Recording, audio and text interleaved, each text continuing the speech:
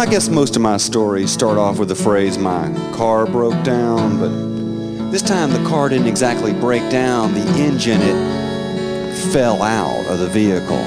Now, I don't know if you've ever had the engine fall out of your car or not, but trust me, it is a sight to behold.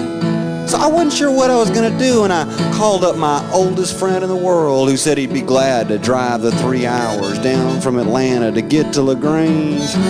I sat on a milk crate and panhandled change. Now, I don't know if you've ever tried to panhandle change when you're wearing a t-shirt that says, "Just say no to a real job." But the folks at LaGrange, they all seemed annoyed as I purchased a Schlitz malt liquor tall boy and went back to my milk crate where I had to wait. I shared my last cigarette with another vagrant who was peddling flowers, and we swapped stories and wasted the hours. And his story had it that these two guys got really drunk on Night Train and MD 2020. And they were riding on this boxcar, and they got caught and got into a fight and were thrown from the moving vehicle and were subsequently killed. And his story had it that their bodies were so polluted with Night Train and MD 2020 that when they were buried in a shallow grave outside of Green Bay, Wisconsin, nothing will grow there to this day. Well, I'm like you. I had to tell my friend that I did not believe his story, but I somehow thought it was beautiful. But this is not a folk song. It's about the way I feel. Whether that's universal. Who am I to tell? It's not a folk song. But you're welcome to sing along. But it ain't got no harmony, and I think that's okay. 'Cause to tell you the truth, I'm not feeling harmonious. Anyway, hey. The story is about my friend Frank. See, Frank, he's my oldest friend in the world. We did everything together when we were growing up. We even had rock wars against each other because, see, our buildings faced each other there in Stone Mountain. Now, we went to kindergarten together, and we went through puberty together, and we went through juvenile delinquency together. Hell, me and Frank, we even detoxed together. And when Frank got there, he did what he does best. He didn't say a word. He just handed me a bottle of tequila, and we took off about 75 miles an hour past the Shotgun Distilleries, and I started laying it on real thick and heavy to my friend Frank about how I didn't think the past 5, now 6 years of my life amounted to a damn thing. Traveling around the continent, living in the back of a pickup truck, and maybe staying in homeless shelters, and maybe writing songs about the people that I meet. As I started getting real thick and heavy into my self-pity rap, I looked over to Frank for some kind of a response because he still hadn't said anything. And Frank, he just looked up, which made me look up, and I noticed for the first time these giant iron butterflies ejecting and rejecting their landing gear, which could only mean one thing, that we were headed towards the Atlanta airport, the world's largest airport. Now, that place has got a subway system in it that rivals the Atlanta subway system.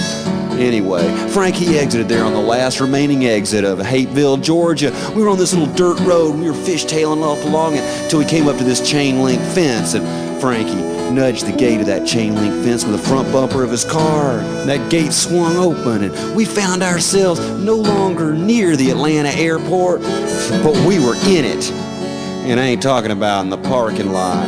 I mean, me and my oldest friend in the world had managed to infiltrate Ground Zero, and we were now drag racing a 727. And I swear to God, there for a minute we were gonna win, because we were about flying. That is until we saw this other chain link fence coming up on us real fast. So Frankie locked him down, and he donutted around, fishtailed up alongside of it, hopped out of his car, reached in his pocket, and pulled out a little white piece of paper and undid a combination lock. Pulled that pickup truck inside. It was about a 20-yard squared-off area sitting between the runways of the Atlanta airport. But this is not a folk song. It is about the way I feel. Whether that's universal. Well, who am I to tell? It's not a folk song. But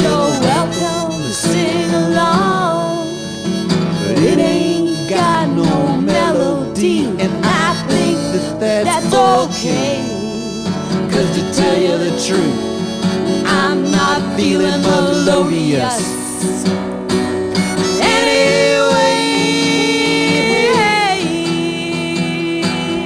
Now the reason that 20-yard squared-off area exists between the runways of the Atlanta airport is because it is a graveyard. And in the state of Georgia, you gotta ask a family's permission to move a graveyard. My friend Frank's family did not give the Atlanta airport permission to move that tiny little graveyard. I looked down at the dates and, well, they were all there from before the Civil War. And if you know anything about the city of Atlanta at all, to find anything that's there from before Gone with the Wind is relatively significant. I looked down at one of the dates, and the one that caught my eye, it said, Emmanuel, age 7, house servant. And I went to ask my friend Frank about that. He had climbed up on top of the tallest monument, so I climbed up there with him, drinking tequila with my oldest friend in the world, watching the planes take off so close we could actually make out figures in the windows, so close that if I had a good healthy Gladstone like in the good old days, I could have taken out one of them windows. And we noticed from that height that the planes had to jog left and then dart right to avoid this tiny little graveyard. I started thinking about my measly 5, now 6 years of living on the road, how that might not amount to a damn thing, but here was the life of one 7-year-old slave who could change or at least slow down the steamrollers of progress 150 years after his death. And that, my friend, I thought was beautiful. This is not a folk song. It's about the way I feel. And whether that's universal, who am I to tell? It's not a folk song. But you're welcome to sing along when it's played out of tune. And I think that's okay. 'Cause to tell you the truth, the whole